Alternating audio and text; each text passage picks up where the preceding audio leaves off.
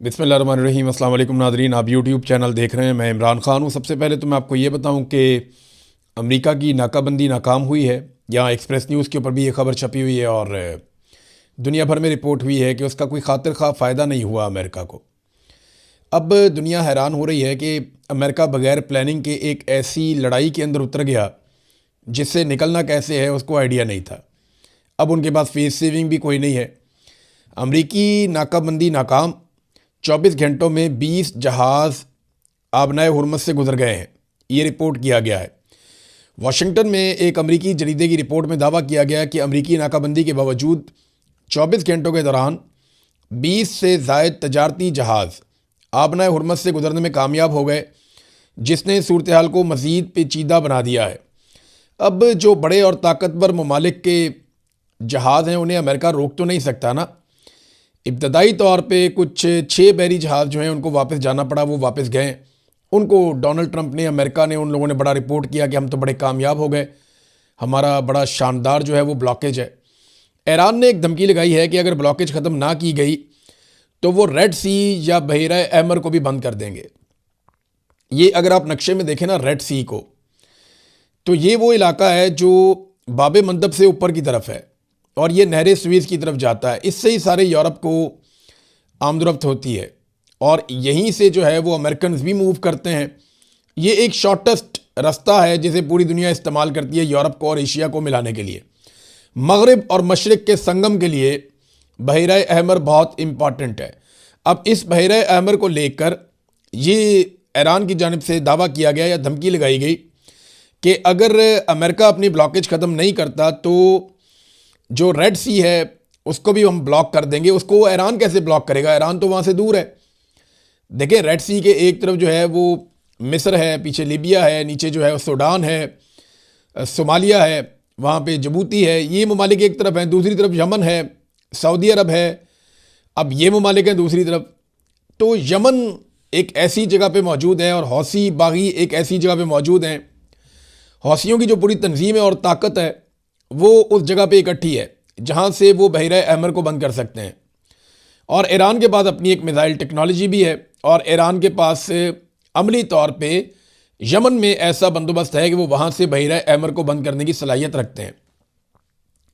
लंबे अरसे तक ना भी कर सकते हो लेकिन वो उसको बंद कर सकते हैं। अब ये उन्होंने धमकी लगाई है। फिर ट्रंप ने फौरी तौर पे एक स्टेटमेंट जारी किया और ट्रंप ने चाइना को ऐसा लगता है कि अपने साथ खड़ा करने की एक कोशिश की। हालांकि चीन की तरफ से स्टेटमेंट आया कि दुनिया में इस वक्त जंगल का कानून नाफिज है। फिर चाइना ने एक बड़ा सख्त कानून भी पास किया है और ये कानून पास करके चीन ने पूरी दुनिया को एक पैगाम भी दिया है। बैरूनी दबाव का ये जवाब है। चीन ने ताकतवर कानून नाफिज करके दुनिया को सख्त पैगाम दिया है और इसके ऊपर फौरी तौर पर दस्तखत भी कर दिए गए हैं कि हम अपनी मईशत का, अपने शहरियों का और अपने इदारों का हम तहफ़्फ़ुज़ करेंगे। हमें कोई रोकेगा तो फिर वो भुगतेगा। ये चाइना ने एक सख्त कानून पास कर दिया है। तो काम के मुताबिक इस कानून के तहत ऐसे गैर मुल्की अफराद, कंपनियां और इदारों की एक खसूसी फहरिस्त भी तैयार की जाएगी जो चीन के खिलाफ इक़दामात में मुलव्वस होंगे। इन अफराद या इदारों के खिलाफ मुख्तलिफ नौइयत की पाबंदियाँ और जवाबी इक़दामात भी किए जाएंगे। अब ये जो बढ़ती हुई कशीदगी है इसमें चाइना ने यह कानून पास किया है। डोनाल्ड ट्रंप इस चीज़ की नज़ाकत को समझ रहे हैं। डोनाल्ड ट्रंप ने कहा कि चीन ईरान को हथियार नहीं बेचेगा, वो इसके ऊपर मान गया है। अब मैं पहले आपको ये बता दूं कि डोनाल्ड ट्रंप ने एक्चुअली जो ट्वीट किया उसमें डोनाल्ड ट्रंप ने किस तरह के अल्फाज इस्तेमाल किए और किस तरीके से वो इस सारी चीज़ को पोर्ट्रे करना चाहते हैं। ट्रंप ने कहा, gee China is very happy that I am permanently opening the strait of Hormuz, I am doing it for them also and the world. वो ये कहता है कि चाइना बहुत खुश होगा कि मैं मुस्तकिल तौर पे आबनाए हुरमुज़ को खोलने जा रहा हूँ और इसे मैं खोल रहा हूँ और मैं ये उनके लिए कर रहा हूँ, यानी चीन के लिए कर रहा हूँ और बाकी दुनिया के लिए कर रहा हूँ। और वो इस बात पे मुत्तफिक हो गए हैं कि वो ईरान को हथियार नहीं भेजेंगे। और जब मुझे चीनी सदर मिलेगा, प्रेसिडेंट शी, उनके बारे में उन्होंने कहा कि वो मुझे एक बड़ा ज़बरदस्त तरीके से गले लगाएंगे जब मैं उनके पास पहुँचूँगा। We are working together smartly and very well. हम एक साथ काम कर रहे हैं, बड़े ज़बरदस्त तरीके से काम कर रहे हैं। हालांकि ऐसी कोई बात चाइना की तरफ से आई नहीं। डोनाल्ड ट्रंप जो है ना वो अल्फाज से खेलने के मास्टर हैं, ब्लफ मास्टर आप ये कह लें। डोनाल्ड ट्रंप ने पहले चाइना को धमकी लगाई कि हथियार मत देना। चाइना ने कहा हम तो दे ही नहीं रहे, हमारे दिमाग में ऐसी बात ही नहीं है। फिर कह दिया जी देखा चाइना हमसे मुत्तफिक हो गया कि वो अब हथियार नहीं देगा ईरान को, और हम जो आपने हुर्मुज़ खुलवा रहे हैं ये हम चीन के लिए खुलवा रहे हैं। हालांकि चीन ने स्टेटमेंट दिया कि आपने हुर्मुज़ खुली हुई थी, इसको बंद करना आपकी एक बहुत बड़ी नाकामी है और ये आपने किया है। फिर चीन ने यह भी कहा कि हमारे तो ईरान के साथ मुआहदे हैं और हम नहीं चाहते कोई रास्ते में आए, हमारे जहाज़ आपने हुर्मुज़ के आर पार आ रहे हैं और जा रहे हैं, हमें तो कोई रोक ही नहीं रहा। तो डोनाल्ड ट्रंप चीन के ऊपर एहसान चढ़ा रहे हैं। साथ ही डोनाल्ड ट्रंप ने एंड में ये भी कहा कि हम अगर लड़ाई की बात आएगी तो हम लड़ते भी बहुत अच्छा हैं और हमसे बेहतर कोई नहीं लड़ता। इस किस्म की बातें आपको पता है डोनाल्ड ट्रंप वो कहीं ना कहीं ऐसी बात कर देते हैं। तो अमेरिका लड़ने की भरपूर सलाहियत रखता है, ये बात भी डोनाल्ड ट्रंप ने की है। अब डोनाल्ड ट्रंप को ये मुहासरा ख़त्म करना पड़ेगा। अव्वल तो वो पहले पूरी तरह कामयाब नहीं हुआ। डोनाल्ड ट्रंप दुनिया के साथ अपने ताल्लुकात बिगाड़ तो नहीं सकता। फ़र्ज़ करें पाकिस्तान के, इंडिया के, जापान के, साउथ कोरिया के, ऑस्ट्रेलिया के या चाइना के यहाँ से बहरी जहाज़ गुजर रहे हैं, तो डोनाल्ड ट्रंप उन्हें रोक के क्या इन ममालिक को अच्छा पैगाम देगा? ईरान तो चलो ये कहकर रोक रहा है ना कि जी हमें मार रहे हैं, हम क्या करें। ईरान तो ये कह रहा है कि आपके लिए खुली, आप माल लेकर जाना चाहते हैं ले जाएं, लेकिन हमारे दुश्मनों को फ़ायदा मत दें। आप यहाँ से डॉलर की बजाय आप दूसरी करेंसी के अंदर सौदा करें, हमारी शराइत के ऊपर आएँ, हमें थोड़ा सा पैसा दें, आप अपने जहाज़ लें और यहाँ से लेकर चले जाएं। हमने एक मैकेनिज्म बनाया हुआ है जिसका खर्चा आपको उठाना पड़ेगा और बहुत ही मामूली खर्चा है, तो दुनिया ले जाएगी। तो ईरान के पास तो जवाज़ है ये करने का, अमेरिका के पास जवाज़ कोई नहीं है। वो आपने हुर्मुज़ जो पहले खुली हुई थी, अमेरिका ने उसे बंद करवा दिया और उसे खोलने के लिए वो परेशान है कि खोले कैसे। बड़ी खबर एक और आई है कि पाकिस्तान में मुज़ाकरात कब और कैसे हो सकते हैं। मैं ये नहीं कह रहा कि कब होंगे, क्योंकि देखें यहाँ पे जंग है, इसमें हम एक दूसरे की पकड़ नहीं कर सकते। यहाँ पे हर मिनट के बाद, हर 10 घंटे के बाद, हर 5 घंटे के बाद बाज़ सिचुएशन बदल जाती है। आप कुछ नहीं कह सकते। यहाँ पे 10 मिनट पहले एक पार्टी कह रही है कि हम बात करना ही नहीं चाहते, हम इनको मुंह नहीं लगाना चाहते। 2 घंटे के बाद वो कहें जी हम बैठ के बातचीत करने के लिए तैयार हैं। तो जंग है ना, इसमें सिचुएशन बदलती है और पोजीशंस बदलती रहती हैं। लड़ाई है ना, ये नॉर्मल हालात तो है नहीं। तो अब जो ईरानी सदर ने कहा, पहले वो स्टेटमेंट आप देख लें। उन्होंने कहा जी ईरान को हथियार डालने पर मजबूर करने की कोई भी कोशिश नाकाम ही होगी। ये ईरानी सदर ने दावा किया है। अमेरिका या इसराइल की जानिब से ईरान को हथियार डालने पर मजबूर करने की कोई भी कोशिश नाकामी से दो चार होगी और ईरानी कौम कभी भी ऐसे रवैये को कबूल नहीं करेगी, कभी हम हथियार नहीं डालेंगे। ये बात ईरानी सदर ने अनाउंस कर दी है। तो दोबारा आपको मुज़ाकरात में बैठना पड़ेगा। मुज़ाकरात के हवाले से अब कुछ अमेरिका की तरफ से पहल की गई, फिर जेडी वेंस का स्टेटमेंट आया, फिर डोनाल्ड ट्रंप का बयान आया और उसके बाद अब ईरान की जानिब से भी जो वज़ारत ख़ारजा के तर्जुमान है उनका भी स्टेटमेंट आ गया। और ये बताया जा रहा है कि अगले बुध को पाकिस्तान दोबारा से मुज़ाकरात की मेज़बानी कर सकता है। देखिए अमेरिका और ईरान दोनों पाकिस्तान के हवाले से कंफर्टेबल रहेंगे। अमेरिका इसलिए कंफर्टेबल रहेगा कि आसिम मुनीर पे डोनाल्ड ट्रंप को बहुत भरोसा है। डोनाल्ड ट्रंप को लगता है कि आसिम मुनीर मेरा आदमी है और मेरे मफाद के लिए काम करेगा। इसी तरह ईरान को पाकिस्तान के साथ इसलिए वो कंफर्टेबल है कि पाकिस्तान ने अड्डे नहीं दिए अमेरिका को ईरान को मारने के लिए। इमरान खान ने एब्सोल्युटली नॉट कह दिया था, तो और पाकिस्तानी अवाम की तरफ से भी एक बड़ा रद्द-ए-अमल आता है। तो ईरान ये बात जानता है कि ये एक ऐसी जगह है जहां बैठकर मुज़ाकरात किए जा सकते हैं। हालांकि ईरान को पता है कि पाकिस्तान का झुकाव अमेरिका की तरफ रहता है, पाकिस्तान की बड़ी मजबूरियां हैं। अमेरिकन दबाव की वजह से ही ईरान के साथ हम गैस पाइपलाइन मनसूबा मुकम्मल नहीं कर पाए। ईरान ये सब जानता है, लेकिन इसके बावजूद वो ईरान पाकिस्तान को एक बेहतर ऑप्शन के तौर पर देखता है और ये मुज़ाकरात दोनों ममालिक पाकिस्तान में कर सकते हैं। वेन्यू तब्दील भी हो सकता है, पाकिस्तान में भी हो सकते हैं, लेकिन दोनों को दोबारा बैठना पड़ेगा। आप जितनी मर्जी जंग लड़ें, एंड ऑफ द डे आपको टेबल पे बैठना पड़ता है और वो वक्त करीब आता जा रहा है। अब नाज़रीन एक और खबर, पाकिस्तान की मईशत का बिल्कुल कचूमड़ निकल गया है। खासतौर पर जब यूएई ने हमसे पैसे वापस मांगे तो इनके पसीने छूट गए थे। फिर ये सऊदी अरब के पास गए, इन्होंने कहा जी जो कहते हैं जैसे कहते हैं। सऊदी अरब ने अपनी शराइत रखी, इन्होंने फौरी तौर पर वहाँ पर मजीद फौज भेजी, पाकिस्तान के एयरफोर्स के जंगी तैयारे वहाँ पे तैनात किए। कौम को इन्होंने बताया नहीं, सऊदी अरब ने यह खबर दे दी। अब मामला यह है कि हम सब कुछ देने के लिए तैयार हैं डिफ़ॉल्ट से बचने के लिए। मोहम्मद ज़ुबैर साहब का स्टेटमेंट है, उनकी बड़ी सख्त एक प्रेस कॉन्फ्रेंस आई है, उसका एक हिस्सा मैं आपको पढ़ के सुनाता हूँ, आपको आइडिया हो जाएगा पाकिस्तान कहाँ खड़ा है। ये इंतहाई खौफनाक है। और मुख्तलिफ सहाफ़ियों ने इसको रिपोर्ट किया। फ़हीम अख्तर मलिक साहब ने जो रिपोर्ट किया मैं आपको पढ़ के सुनाता हूँ। उन्होंने कहा, ये खौफनाक, इंतहाई खौफनाक, ये अपोजिशन की अब तक की सबसे बड़ी चार्जशीट है इस निज़ाम पर। मोहम्मद ज़ुबैर कहते हैं कि आलमी बहरान में हुकूमत ने ऑयल मार्केटिंग और रिफाइनरीज को अरबों रुपए का मुनाफा दिया। जंग में भी ये मुनाफे दे रहे थे। मोहम्मद ज़ुबैर के खौफनाक इल्ज़ामात में मुल्की डीजल को भी आलमी मार्केट से जोड़कर मुनाफा कमाया गया।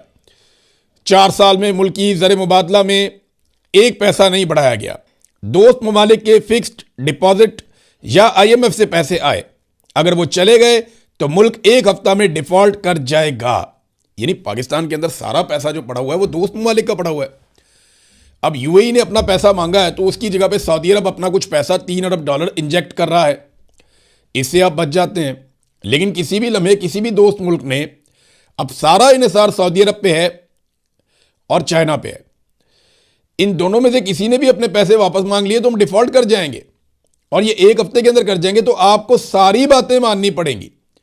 वो जो आपसे कहेंगे आपको वो करना पड़ेगा। अब पाकिस्तान की ये मजबूरी बनती चली जा रही है और ये इन्होंने किया पाकिस्तान के साथ। हालात कहां पहुंच गए हैं ये आपको मोहसिन नकवी के स्टेटमेंट से पता चल जाना चाहिए। मोहसिन नकवी ने कहा, कारोबारी हजरात को मुखातिब करते हुए, कि पैसा पाकिस्तान में ले आए।